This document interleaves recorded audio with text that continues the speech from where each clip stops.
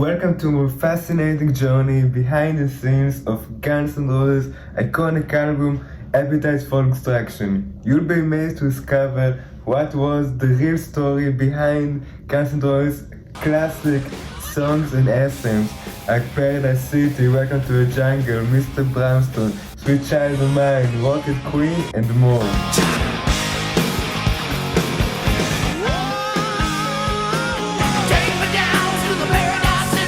The classic song Mr. Brownstone wasn't actually written about someone called Brownstone. It was actually written about drugs and the pursuit of Guns N' Roses members to avoid them and to quit doing the drugs.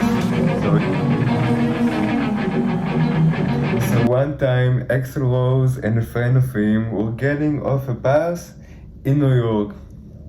Then they ran into a homeless guy who tried to scare them, and he shouted at them, "You know where you are? You're in the jungle, baby.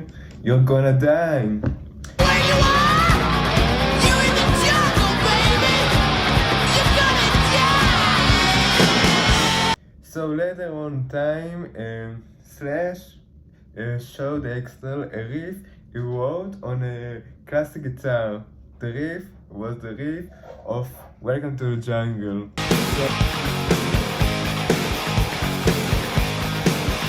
So they joined what the homeless guy shouted at Axl and what Slash wrote on his classic guitar, and all the group members sat together, and in nearly 3 hours Welcome to the Jungle was written. Most of the people think that Nightrain is somehow related to taking a train at night, but actually it isn't. Nightrain is actually a kind of alcohol that was very, very cheap back in the day, so the band members used to drink it a lot. Sweet Child of Mine, the iconic song, the iconic guitar riff, the iconic lyrics. What more there is to say about this masterpiece of song? So actually, the famous guitar riff was actually just a warm-up exercise for Slash. He wasn't a big fan of the riff, he didn't thought it was so good, and he used it only as a warm-up. So one day he picked up his guitar, started warming up when Axl heard the riff, and he was amazed. So Axl already had some of the lyrics in mind, thinking about his girlfriend back in the day. So Axl instantly ran towards Slash, he begged him to play that riff again, and so afterwards all the 5 band members joined together and decided to write the lyrics for the song. In about 5 minutes, that's all the lyrics were finished. Except they didn't know what to sing after the guitar solo. Okay, so they are all written down, but they asked themselves, where do we go now? Where do we go? Where do we go now? Where do we go? So actually they decided to put that in the song. Where do we go now? As simply as that. The British band Queen was a huge influence on Guns N' Roses members, especially on Slash and Axl.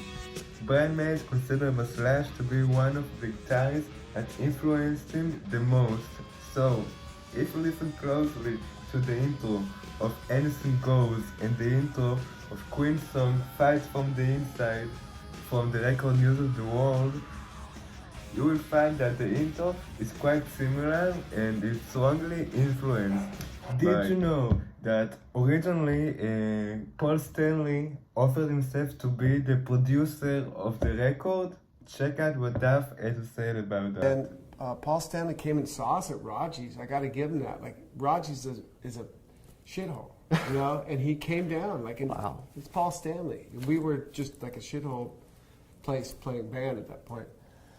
And he was into the band, but he had a different vision. He wanted to add more drums, and we just got done taking away all Steven's drums. Oh, okay. No rack tom, nothing. And he envisioned rack toms. And so that was a quick meeting. I was like, okay, well, we gotta. Okay. Thanks, so. you're Mr.